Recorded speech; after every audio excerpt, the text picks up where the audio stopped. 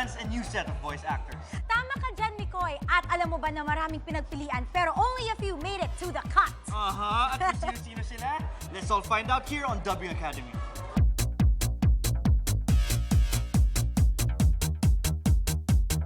Good morning, Dubbing Academers, and welcome to My Hero Nation Season 4's Dubbing Academy.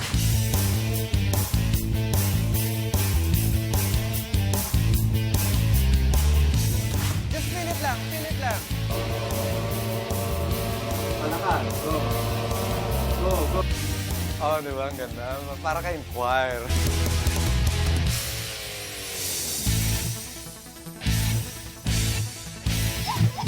Walang kahiya-hiya, ano?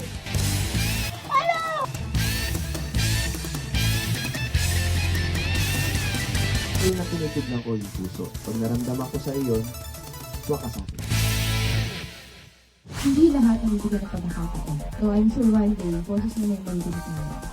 So good luck and thank you for allowing Hero to be a part of that team. You are the chosen 8. So, out of all of the mga nag-apply, kayo na to ngayon, ang chosen 8 natin for this Season 4 of Dubbing Academy. Kaya, let's get the ball rolling.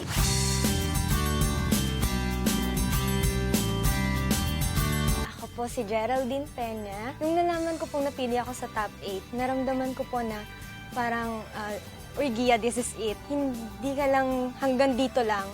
Kaya mo pang mag-exceed at may patunayan pa sa sarili mo.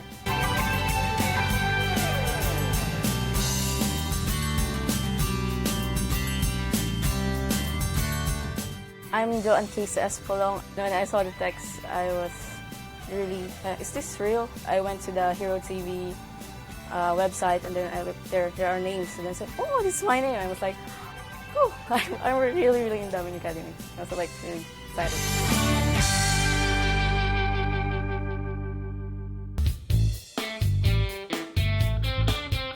Ako nga po pala si Joseph Lim. Sumali po ako sa Dubbing Academy sapagkat ito na po yung pinangarap ko simula nung bata pa ako.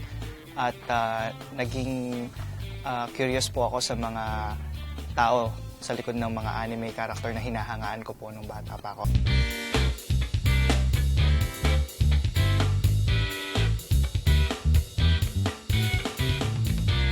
Ako po si Mark Luigi Lalas.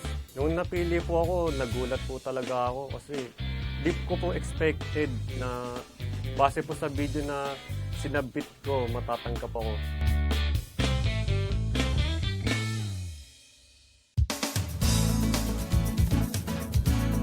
Ako po si Rocky Biga. Nag-decide akong sumali ng Dubbing Academy kasi gusto ko, syempre gusto kong ma-sink in o makapasok sa industriya.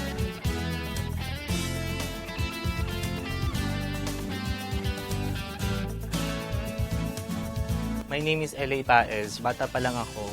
Nakikita ko na yung mga anime, paano na-deliver in Tagalog, yung mga scripts, nagwa-wonder type. Until such time na na-incline na ako dun sa mga dubbing skills.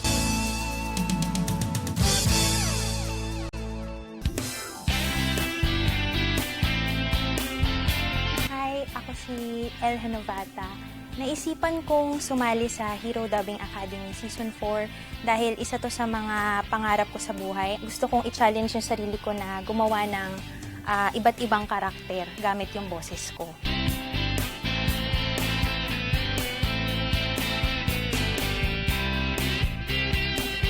I'm Marigold Jewel Villamor. When I received the text, I was so happy and then I told my mom, I just really want to, I want to do this so that I could at least help them and I could make them proud kasi I'm doing something that I want to do.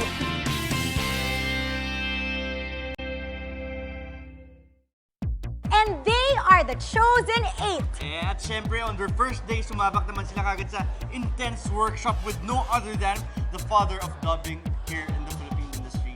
No other than Mr. Danny Mandia.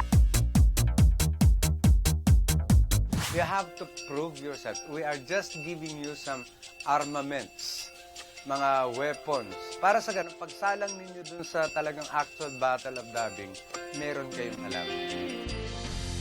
These are beginners. nagsisimula pa lang, may mga pangarap at siguro baka sakali patulungan nga natin na makamit nila o magkaroon ng kaganapan yung kanilang mga pangarap. Natuwa ako sa kanila kasi yung physical appearance pa lang, their characters already. Hindi siguro ako mahihirapan kung mag-share sa kanila kasi ando din yung kanilang, may passion na sila dun sa anime. So, tapos ang plus yung pangarap nila na maging dabber sila. So, challenge yun sa akin para mas pagbutihin siguro kung ano yung pwede kong mag-share. And that is it for now, mga ka-heroes. Next week, you will find out and see more activities and workshops for our dubbers. Only here on My Hero Nation Season 4! Ito na. Alright, picture that. Picture! Selfie.